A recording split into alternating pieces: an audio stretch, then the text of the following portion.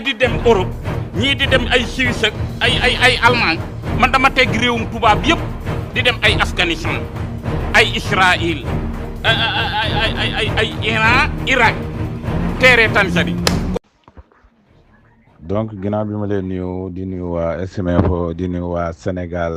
Info di nuyu bépp groupe boo xamante ni information yi ma ngi fa jàll maa ngi leen nuyu bu baax a baax bon fi ñu commencé information yi mooy que ni benn boucherie koo xamante ni daal dafay defar or biir Iran moom nag neenu ku riche la moom moo jël si oram yi lu tolloog $4,000 or boo xamante ni daal $4,000 lay war a jar mu joxe ko pour ñu jaay ko dimbalee ko résistance bi Iran nag lu mel ni Iran ak Liban loolu léegi bari na fa maanaam fan yi la passé am na information yi ma jot yoo xamante ni ay jigéen ñoo xamante ni dañuy jaay seen or aussi jël ay yëre di ko ñaw ak seeni loxo pour di ko dimbalee résistance pour di waajal sedd bi loolu yëpp da nga koy gis mais aussi tamit am na ay yëre yoo xamante ni doo andi woon nañ ko fa pour dimbalee ko population bi yëre yooyu biton yi dafa am ay dañ si def zaaru kii daal zaaru caméra boo xamante dañ leen di mën a espionner ak yooyu waaw mais nag li am solo ba am solo daal mooy que ni jigéen ñooy volontaire di dajale yëre yu sedd yi pour résistance bi nga xam mi ngi war a jàkkaarloog ak armée Israël bi. ba tey si côté Liban bi neen armée israélien bi dafa confirmé ni moom tey dafa rey commandement bu système missile maanaam commandant bi nga xamante ni moo yor wàllu missile yu Hezbollah yi moom nag Israël njëkkoon na yëgle ni rey nag tey nag tey waa Israël doon génnaat waxaat lu mel noonu aussi tamit neenu résistance islamique yu Irak annoncé na deux attaques drone yoo xamante ni ñoo ngi koy jëmee biir Israël ba tey bokk na ci information yi imam Bagdad ñu naan ko ayatullah Yasin al Musawi moom dafa ni attaque bi nga xamante ni Israël attaqué na ko Iran nekk na attaque boo xamante ni maanaam attaque bi daal musulman yëpp la concerné nee na attaque boobu Israël def dafa nekk attaque boo xamante ni musulman yëpp la concerné ba tax na nag nee na musulman yëpp war nañ mën a jóg pour agir si réponse bi nga xamante ni war nañ ko def si Israël. ba tey bokk na si information yi naanu porte-parole bi yor wàllu gardien de la révolution générale brigade Mohamed Ali Nayni moom dafa ni Israël dafa yaakaar ni ñun dañu ragal jàkkaarloog moom guerre face à face mais Israël loolu la yaakaar mais nee na au contraire loolu noonu Israël xalaat loolu erreur la bu maximum maanaam daal li mu bëgg a wax daal mooy que ni ñoom ragaluñu pour jàkkaarloog Israël face à face ñoom waa Iran ñoo wax loolu kër porte-parole armée bi moo wax loolu ni ñoom ragaluñu pour jàkkaarloog Israël face à face mais ku nekk xam na ni Israël nekk na réew moo xamante ne ni képp ku jàkkaarloo ak moom nekkul ni moom kese nga jàkkaarloo ndaxte bu doon moom ak moom rek lu ma leer ba leer mooy que ni kon Iran song na ko bu yàgg. ba tey bokk na si information neen Arabie Saoudi dafa confirmer ni ñoom seen relation ak Iran actuellement nii mi ngi gën a yaatu mi ngi gën a dëggu maanaam daal jëm si yoon wu baax ñoom waa Arabie Saoudi ak Iran daal seen diggante daal mi ngi gën a ratax. ba tey bokk na si information yi moom premier ministre bu Pologne bi ñu naan ko Donald Tusk dafa déclaré ni ère domination Amérique si Europe nekkul loo xamante ne lu révolu la. nee na moom Donald Tusk dafa ni avenir Europe dépendre bi nga xamante ni mi ngi koy dépendre si États-Unis ak domination géopolitique bu Washington si région bi actuellement nii dafa jëm si jeex moom Donald Tusk premier ministre bu Pologne moo wax loolu. ba tey bokk na si information yi nee na face à menace Russie ñoom waa OTAN France renforcé na présence militaire yi nekk côté Roumanie ci base bu Singo nee na actuellement ni depuis 30 octobre rek léegi benn exercice regroupement bu toll ci 1500 soldats OTAN ñoo nga fa ak lu tollook 700 français ñoo nga fa ak seeni arsenal militaire également placé nañ ko foofu ñoom waa OTAN di préparer au cas où bu fekkee ni maanaam Russie dafay def benn éventuelle guerre directe ñoom ak waa OTAN. ba tey bokk na si information bu dee fee si États-Unis neen dafa am benn sondage bu Moscovite def foofu neen bi ñu defee sondage bi choix américain yi toll Donald Trump am na si 79% ci électeurs yi moom Donald Trump nee na ci président ma nee na Donald Trump nekk na koo xamante moom lañ fal mu nekk beneen président bu bees bu États-Unis nee na ndax nee na bu ñu xoolee sondage yi daal 79% participation yi ñi participer ci vote yi daal Donald Trump la ñuy woteel nee na Kamala Harris nag moom dina am plus de 21% de voix si ay nee na si ay personnes ba tax na teewul nag ba léegi médias yi ñoo ngi wax am na sax ñu wax ni ñoom ñaar ñooy tolloo voix mais nag élection moom bu amee manipulation yi fu nekk lay amee quand wu Donald Trump dañuy manipuler quand wu républicain dañuy manipuler côté démocrate yi aussi dañuy manipuler ndax journaliste yi ku nekk am na ko àndal. ba tey bokk na ci information neen Pologne mi ngi commencé di construire lu toll ci 400 kilomètres fortification frontière avec la Russie ak Biélorussie maanaam daal Pologne mi ngi defar ay kii yoo xamante ni pour au cas où Russie bu fekkee dafa bëgg benn évasion biir Pologne ba tax na daal moo waral ngeen gis kamb yooyu nu mu demee noonu pour bañ chaaru Russie jéggi frontière am ak ñoom naa ñoom fi nu frontière ak Russie foofu def nañ ko fa aussi tamit fi nu frontière ak waa Biélorussie tamit def nañ ko waaw ku nekk xam na ni Russie même du Pologne kese am na yeneen ak ay Lituanie yi yëpp def na lu mel noonu ba pare tëj seen frontière ak Russie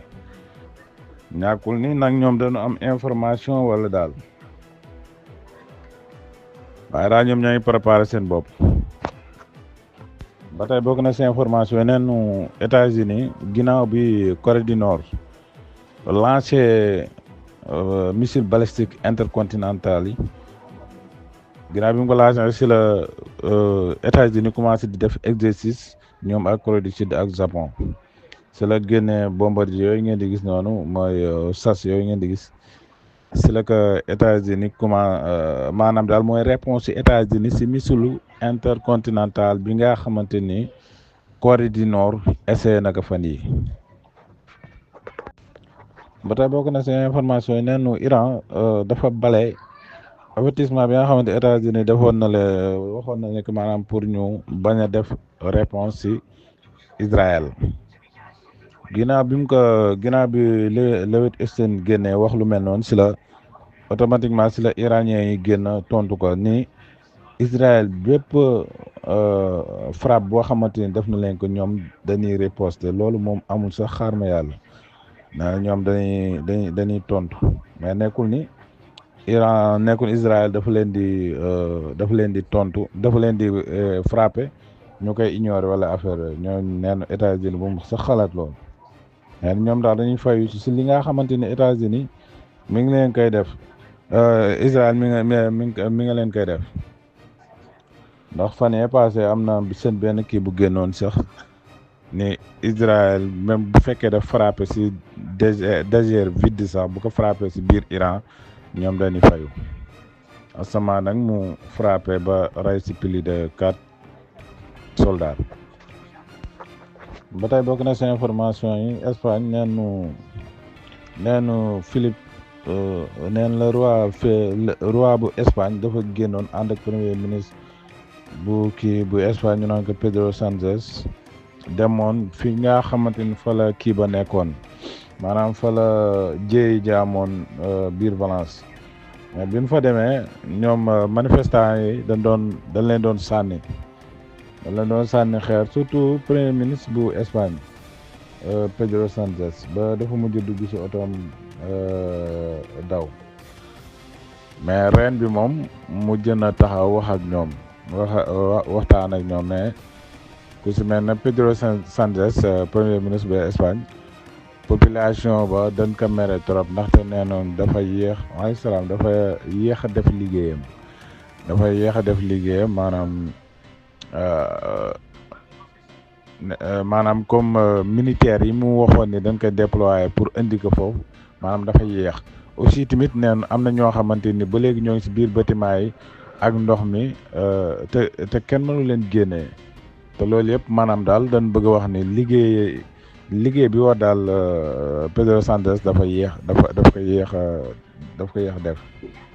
mais loolu la ko population bi mere ba tax ñu koy doon sànni xeer ak yooyu ba mujj dugg si otoom daw dellu Madrid. ba tey bokk nañ si information ñeneen fédération bu Russie ñoom di leen jox lu tolloog 7000 tonnes ceeb waa Corée du Nord nee nag 7000 tonnes ceeb yooyu noonu nag jaaru échange lay doon comme dimbali bi nga xamante ni waa Corée du Nord ñoo ngi koy dimbali Russie aussi tamit dinañ leen jox $200 millions ak armée dana jox armée nord-coréen bi $200 millions loolu yëpp nag ki koy wax mooy que ni waa Corée du Sud neen seen renseignement yi ñoo xam loolu yëpp ba tax ñu génne article bi ba aussi tamit neen jàppale bi nga xamante ni Corée du Nord mi ngi leen koy jàppale di leen joxaale Corée du Nord technologie bu bees bi ku nekk xam nañ guerre léegi dafa laaj technologie aussi technologie spéciale ak loolu yëpp nag li tax Russie di leen ko defal mooy que ni liñ leen di dimbal ci guerre bi. ba tey bokk na ci information yi neenu Russie waa Ukraine yi ñoo def kii xayma boobu ni Russie envoyé na plus de 900 bombes ak 500 drones Shahid ak 30 missiles biir Ukraine ci cours dernière semaine yi moom ki xam ne loolu mooy Zelensky naan plupart des attaques yooyu nag ñoo ngi viser installation civile yi ak infrastructure yi ba tax na woon mi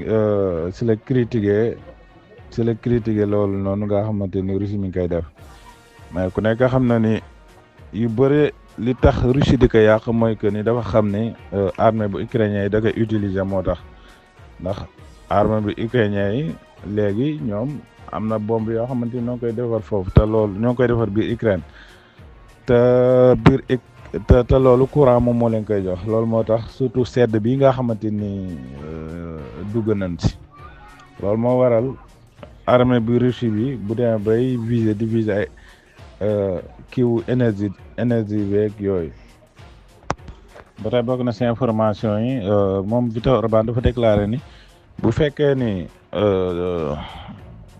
Trump gagné na élection yi Europe dootul deseti ci guerre bi loolu la déclaré moom Viktor Orban premier ministre bu Hongrie aussi tamit nee na boobaa nee na Europe du des mukk ci guerre bi nga xamante ni mi ngi koy def guerre bi nga xamante ni Russie mi ngi koy def ak waa Ukraine aussi nee na aide humanitaire bi nga xamante ni tamit waa Union européenne ñoo ngi ko doon defal Ukraine nekk na loo xamante ni Orban critiqué nag lu bëree plusieurs fois mi ngi koy critiqué dimbali bi nga xamante ni mi ngi koy dimbali mais nag guerre bi li am solo ba am solo daal mooy que ni bu fekkoon ni maanaam États-Unis téye na loxoom kon ba léegi jeex na bu yàgg ndax ñoom experts yi sax da nga koy wax neenu Union européenne amuñu capacité di dundal guerre Ukraine bi amuñu capacité boobu seen économie attunu ko maa fi ñu jeexale information yi rek mooy Zelensky moom dafa wax ni maanaam dafa tiit ginnaaw bi mu commencé gis soldats nord-coréens yi commencé di frapper seeni missile seeni bombardier yooyu neen daal dafa commencé tiit te nee na bien vrai que moom am na capacité pour frapper biir Russie mais nekkul loo xamante dañ ko jox autorisé ba tax na nee na loolu yëpp ñoom allié yoom yi ñoo ngi koy gis ku si mel nee na États-Unis mi ngi xëppi bëtam di gis loolu aussi tamit Grande-Bretagne tamit gis na lu mel noonu nee na Allemagne aussi tamit gis na lu mel noonu maanaam nord-coréens yi ñëw di jàppale Russie di leen frapper te moom joxuñu ko autorisation pour muy frapper biir Russie waaw kon xam naa mbokk yi ginnaaw bi ma nuyoo gars yi doon réagir ñëpp ku si mel ne Cheikh Ndiaye ak Mbaye maa ngi leen nuyu bu baax di nuyu sëñ Jabel maa ngi lay nuyu di nuyu Babacar Lo di nuyu sëñ Daouda di jaajëfal gars yëpp di leen ziar tabaarakallah ginnaaw aussi tamit ma di ko Dramé ñoo ngi lay jaajëfal bu baax a baax ndaxte wax dëgg yàlla kii wax moom ki koy déglu moo koy dooleel waaw ñoo ngi nuyu ñëpp di leen ziar